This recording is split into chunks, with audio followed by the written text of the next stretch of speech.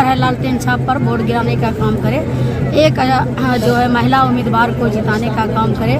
जिस तरह से हमने रुपौली में विकास किया है उसी तरह से हम पूरे लोकसभा में विकास करेंगे। जैसे कुछ बताएं कि कुछ बीजेपी का मुखौटा पहन के क्षेत्र में भ्रमण कर रहे हैं। अब बिल्कुल घूम ही रहे हैं, बीजेपी का एजेंट बन के घूम रहे हैं, अपने आप को नेता समझते हैं।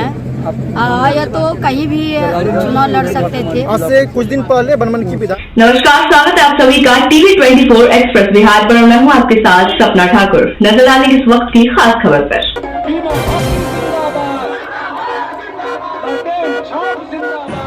बहुत सारी चीजें तय होंगी, देश रहेगा या नहीं रहेगा, देश की मोहब्बत की प्यार की जुबान रहेगी या नहीं रहेगी, देश का संविधान रहेगा या नहीं रहेगा, देश में नौकरियों की बात होगी या नहीं होगी, देश में महिला सबलीकरण की बात होगी या नहीं होगी, देश में आरक्षण रहने की बात होगी या नहीं होगी।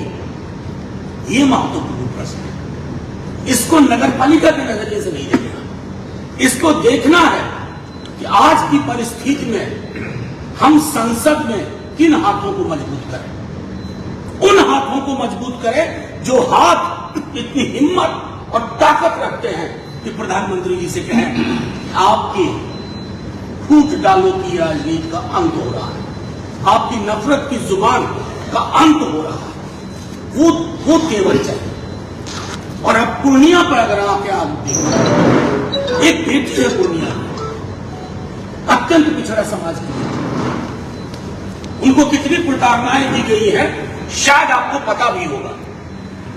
धन बल, सत्ता बल मिल करके हर तरह की प्रताड़ना, क्या वो बेटी अत्यंत पिछड़ा समाज की क्या उसके लिए थी? क्या हम उसको नहीं देखेंगे? आज जब हमको पार्लियामेंट में एक ऐसी ताकत चाहिए, एक ऐसी ताकत चाहिए जो देश के बंटने के खिलाफ तेजस्वी जी हों, राहुल जी हों, उनके साथ हाथ मजबूत करें। वो ताकत चाहिए जिस समाज को अभी तक उसका उचित दायित्व का हक नहीं मिला, उस समाज की वो बेटी खड़ी है, किसी के रहमो करम से नहीं।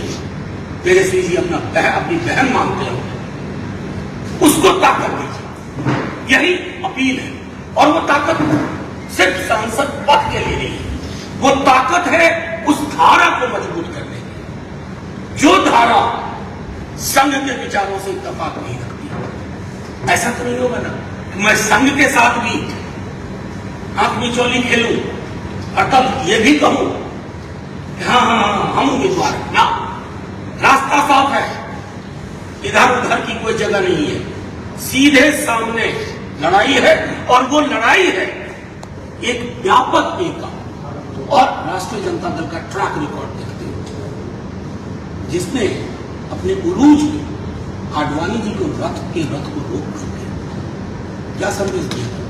सत्ता तो चली ही जाती, व्यक्ति डरा नहीं ना, व्यक्ति ना तब डरा ना अब डरा। उसी व्यक्ति का बेटा न तब डरा न अब डरा। मुकदमे किस पर सबसे ज्यादा है? देखिए आज की डेट में इस देश में बीजेपी का सबसे बड़ा विरोधी कौन है, इसको जानने के लिए आपको मुकदमों की लिस्ट देखनी होगी। जिस पर सबसे ज्यादा मुकदमा भूल जलूल आलतू फालतू, वो बीजेपी के खिलाफ सबसे बड़ा लड़ाका कौन है? तेजस्वी। बाकी किसी की क्या बात है? मतलब मौसमी लोग आएंगे जाएंगे, लेकिन इस देश के मयार को, इसके मिजाज को अगर पुख्ता रखना है, अगर उम्दा रखना है, अगर संविधान सम्मत रखना है, तो हमें यह तय करना होगा कि छोटी मोटी शिकायतों से परहेज करते हुए फसल बचाओ नस्ल बचाओ। अब आप लोगों के कोई सवाल हो? दो सवाल है सर। आप पहला एक सवाल ये है कि आपके पार्टी में भी जिस तरह से जो नेता है अपने पिछड़ा से वो पार्टी छोड़ के जा रहे हैं, उसको रोकने के लिए आप लोग कदम क्यों उठा रहे हैं? नहीं सुनिए, आपने सवाल पूछा, एक तो बड़ा एब्स्ट्रैक्ट सा आपका सवाल है कि अत्यंत पिछड़ा के सब छोड़ के जा रहे हैं। चुनाव के वक्त में कई दफा ऐसा होता है कि कई प्रत्याशी सोचते हैं कि यहाँ हमको मिल जाता, लेकिन जब महागठबंधन की नींव पड़ती है, जब आप 5-6 दलों के साथ नेगोशिएट मजबूत स्थिति में भी हमें वो सीट अपने गठबंधन के सहयोगियों को देना। कई हमारे साथी, इनमें से कुछ इस मंच के भी, वो भी चुनाव लड़ना चाहते थे, लेकिन उन्होंने पार्टी नहीं छोड़ी। उन्हें पता है कि कौन धारा, किस धारा के पक्ष में अभी खड़ा होगा। तो ये एक महत्वपूर्ण चीज है जिसका हम लोग ध्यान रख रहे हैं। सर निजी यादव लगातार कह रहे हैं कि तेजस्वी भाजपा की बीटी है और वो कभी इंडिया गठबंधन को जिताने की बात करते हैं, कभी एनडीए गठबंधन। देखिए, मैं सिर्फ एक बात कहना चाहता हूँ। तेजस्वी यादव को अगर बीजेपी की बीटी कोई कह रहा है, उनके वैचारिक संतुलन के बारे में मुझे कुछ नहीं कहना है। जो व्यक्ति लगातार खड़ा है, लड़ रहा है, आप लोग सवाल पूछने से पहले पर आकलन कर लेते। मैंने अभी एक बात कही, किस पर सबसे ज्यादा मुकदमा है? तेजस्वी यादव पर। कब का मुकदमा है? जब वो 12 वर्ष के थे, 13 वर्ष के थे। अब क्या हो रहा है? मैं बता रहा हूं, बीजेपी की पूरी कोशिश थी, हमें अधिकारियों ने बताया था कि तेजस्वी जी को घेर लो चुनाव से पहले। एक अकेला आदमी 40 हेलीकॉप्टर के खिलाफ एक एक दिन में 5-5, 6-6 सभाएं कर रहा है। उनकी जुबान देखिए, कभी भी वो जुबान नहीं बोलते हैं जिस जुबान के बाकी लोग आदी हैं। तो उनकी ताकत को, उनकी पॉलिटिक्स को समझना बहुतों के लिए मुश्किल है। और बिहार विधानसभा 2020 गवाह है तेजस्वी यादव कौन थे, कौन है और कौन रहेंगे। और मैं इसलिए बार बार कहता हूं कि बिहार के इतिहास में पहली बार हुआ है कि किसी नेता का पर्यायवाची नौकरी हो गया। नौकरी मतलब तेजस्वी, ये ऐसे ही हासिल नहीं हुआ। ये निजी हमला कहाँ तक सही लग रहा है? कौन सा निजी हमला? मान पप्पू यादव भी निजी हमला पे तेजस्वी जी तेजस्वी यादव निजी हमला करते, नीतीश कुमार भी तेजस्वी लालू जी पे निजी हमला करते, वो सही है क्या? निजी हमला ये अशोभनीय है, अवांछनीय है। संसदीय लोकतंत्र में जिस तरह की टिप्पणी, मैं नीतीश जी के बारे में इसलिए कुछ नहीं कहूंगा, जैसा बार बार तेजस्वी जी कहते हैं, आदरणीय थे, हैं और रहेंगे। लेकिन मुझे दुख के साथ कहना पड़ रहा है, इस तरह की बात करके ना आप बिहार का नुकसान कर रहे हैं। तेजस्वी जी किसी पर निजी टिप्पणी कर रहे हैं, आप हमको बता दो। उन्होंने कहा पप्पू यादव का वीडियो वायरल करते हैं, क्या वीडियो है क्या उनके पास? तेजस्वी जी की ट्विटर जी जी नहीं, उनका मन से संबोधन है सर, मन से संबोधन है सर। नहीं, मैं जो कह रहा हूँ आप सुनिए कौन जी। तेजस्वी जी पूरे कैंपेन में एक शब्द न प्रधानमंत्री के लिए, न मुख्यमंत्री के लिए, कोई अशोभनीय शब्द नहीं। सीधे तौर पे, क्योंकि उनको पता है कि उन्होंने लंबी लकीर खींच दी है। अशोभनीय शब्दावली की शुरुआत इस देश में उस व्यक्ति ने की जिसने 50 करोड़ की गर्लफ्रेंड कहा था। आप सब जानते हैं कौन? कांग्रेस की विधवा कहा था, जर्सी गाय कहा था। रामजादे और हरामजादे, टोपी और तिलक का फर्क कौन व्यक्ति कर रहा है? शमशान कब्रिस्तान कौन कर रहा है? इसके लिए रॉकेट साइंस की ज्ञान की जरूरत नहीं है। ये हमने कभी नहीं किया, हमारे नेता ने कभी नहीं किया। और मैं चाहता हूं, चुनाव के नतीजे तो आते जाते हैं। चुनाव अगर देश रहा, इन्होंने रहने दिया, ये सबके लिए है, तो चुनाव फिर होगा। लेकिन हर गाली वाली जुबान, और खास करके मैं मुख्यमंत्री जी को देखता हूं और प्रधानमंत्री जी, जुबान फिसलती रहती है। अगर इस पे लगाम नहीं लगा तो संसदीय लोकतंत्र आहत हो। एक सवाल सर, आप जेडी हो, आप कोई आपके नेता हो, दुनिया के मन से उन्हें कहना पड़ रहा है कि कांग्रेस के साथ मेरा गठबंधन है, कांग्रेस के साथ हम है, बीच में कोई नहीं है, जोड़ी गठबंधन है, तो क्यों? क्या मौन समर्थन? ऐसा नहीं होता। संदेश साफ है, संदेश एक ही है, नौकरी मतलब तेजस्वी, संविधान बचाना है, देश की आत्मा को बचाना है, और अकलियत हो या अक्सरियत के भाई हो, उनके सरोकारों को बचाना है। जैसे सर्वे आपने करवाया, आपने कहा कि जिसकी जितनी आबादी उसकी उतनी भागीदारी, आपने सिर्फ 2 टिकट दिया। इसको मैं थोड़ा समझा देता हूँ। आप अगर पूरा हमारे चुनाव का देखें, 4 महागठबंधन में है, फिर भी चलिए उसको छोड़िए। शिवहर को देखिए, शिवहर में हमें एक अलग तरह की इस बार प्रयोग हम करना चाह रहे थे, तो वहां के जो कैंडिडेट हमारे थे वो एमएलसी बनाए गए। दरभंगा के जो हमारे कैंडिडेट थे सिद्दीकी साहब, वो एमएलसी बनाए गए। और 2 सीट ऐसी है, मैं आपको बताऊं, जहां पर तय था कि हम अपने उम्मीदवार को लड़ाएंगे। 2 सीट आप सब जानते हैं, लेकिन वो महागठबंधन में चली गई 10 सीट दोनों, चाहे खगड़िया हो या बेगूसराय। तो मैं ये कहना चाहता हूं कि इसलिए बार बार कह रहा हूं कि हमें पता था तेजस्वी जी इस मामले में इतने संवेदनशील है तो उन्हें पता था कि अगर इस तरह के निर्णय महागठबंधन में वो लेने पड़े तो उससे पहले विधान परिषद में जैसे ही मौका लगा उन्होंने 2 हमारे अक़लियत के बड़े नेताओं को वहां रखा। तो इस मामले में हमारा स्लेट बहुत क्लीन। सिवान सीट तो आपके पास था ना सर? सर सिवान सीट तो आपके पास? सिवान की आपको हकीकत पता है। सिवान में उनको कहा गया, उन्होंने कहा कि राष्ट्रीय जनता दल के साथ होने से कुछ खास वर्गों का मुझे वोट नहीं मिलता है, मैं इस बार निर्दलीय लड़ना चाहती हूँ।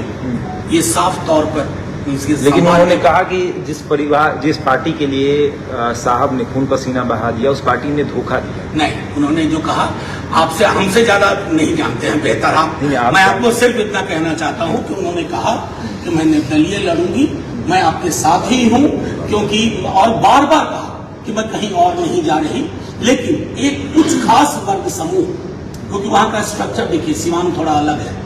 वहां रमेश कुशवाहा जी जेडीयू से हैं, वो पहले आईपीएफ में थे। अवध बिहारी चौधरी जी हैं हमारी तरफ से, वो भी आखिरी में हुआ। तो ये पूरा का पूरा सब सिवान को समझने के लिए मैं समझता हूं कि वो एक है कि शौके दीदार है तो नजर पैदा कर। सर, कैलिफोर्निया से है लोकसभा के प्रत्याशी, आपने यहाँ बिना बात, अल्पसंख्यक वोट जो है यहाँ काफी मायने रखता है, और अल्पसंख्यक वोट को कैसे एकजुट कीजिएगा? देखिए, मैं एक बात नहीं, ये कीजिएगा क्यों है आपके सवाल में? अल्पसंख्यक एकजुट है, नहीं, वो आपके जहन में एकजुट नहीं होगा, लेकिन मुझे पता है अल्पसंख्यक बहुत गंभीरता से देश के हालात को सोच रहा हूं। मैं अल्पसंख्यकों के बीच में ही ज्यादा काम करता हूं। शायद अगर आप मेरी वीडियोस देखें तो आपको पता चले मेरा ज्यादा इंगेजमेंट उधर है। नेता प्रतिपक्ष तेजस्वी जी स्पष्ट है, लालू जी स्पष्ट है, अल्पसंख्यकों के अंदर 1 पैसे का विभेद नहीं है। उनको पता है उनके कांधे पे एक बहुत बड़ी जिम्मेवारी है, और वो जिम्मेवारी है कि देश की उस धारा को मजबूत करना। इसलिए वो नगर पालिका के नजरिए से नहीं देख रहे हैं ये चुनाव, देश की संसद, और वहां किस तरह की ताकत बैठे जो नरेंद्र मोदी जी, अमित शाह जी, मोहन भागवत जी को कह पाए माइंड योर बिजनेस। इस संविधान की ओर गलत नजर मत उठाइए। ये तो सवाल आप उनसे पूछ लेते तो बेहतर होता। इसको कहते हैं मिसडायरेक्टेड क्वेश्चन। ये सवाल पप्पू जी से पूछिए कि उनके पीछे कौन है। तो बार बार राहुल जी का नाम लेते हैं।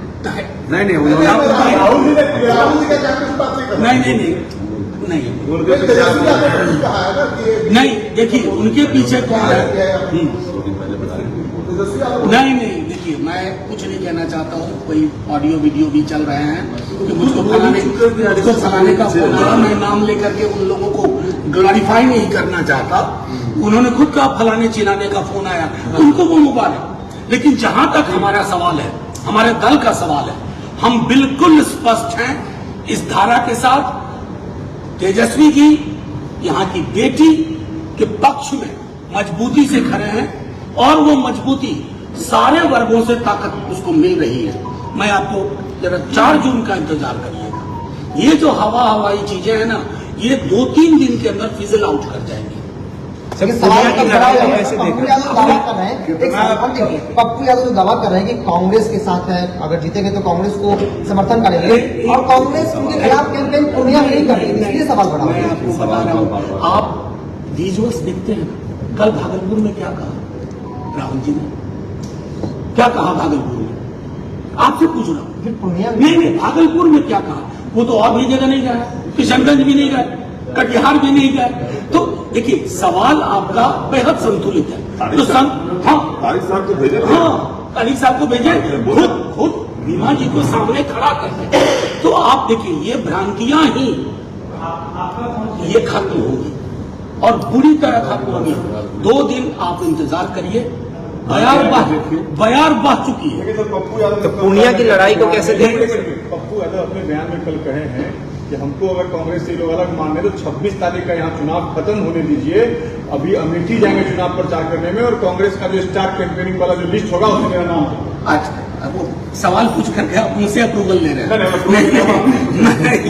इस तरह की बात ना करिए ना। मैं सीधे कहता हूँ, ये चीजें अभी भविष्य में देखिए ना।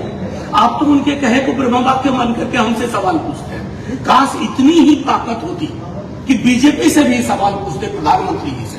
मैं सिर्फ इतना कहना चाहता हूं, जो 26 को यहां होगा उसका नतीजा आप 4 जून को देखिएगा। पूरी ताकत, पूरी लहर, कोई समाज ऐसा नहीं है, कोई समाज मतलब कोई समाज जो हमारे पक्ष में नहीं है। हाँ, कुछ लोगों को बरगोलेपन की आदत है, तो मैं उनके लिए कोई टिप्पणी नहीं करूंगा। इतना आसान नहीं है कि कांग्रेस स्ट्रक्चर को आप इस तरह से बौना बना करके रख दें, राहुल जी के बयान को बौना बना कर रख दें। ये राहुल जी पर टिप्पणी हो गई ना गलत। ये जो टिप्पणी उन्होंने की तो राहुल जी का अपमान। सर, जिला में कांग्रेस का क्या भूमिका है? पूर्णिया जिला में कांग्रेस की क्या भूमिका? शाम में आपको इस पर और बढ़िया। सर, पूर्णिया की लड़ाई को आप कैसे देखते हैं? आप कैसे देख रहे हैं? नहीं, आप हम तो त्रिकोणीय नहीं, मैं त्रिकोणीय नहीं देख रहा हूँ। वन साइडेड हमारी लड़ाई बीजेपी, आरएसएस, जेडीयू से, वन साइडेड। इसमें कहीं कोई नहीं है। एक तरफ राष्ट्रीय जनता दल महागठबंधन, दूसरी तरफ बीजेपी, आरएसएस, जेडीयू। यही इस लड़ाई का मिजाज है। Thank you. आपने अच्छा सीमांचल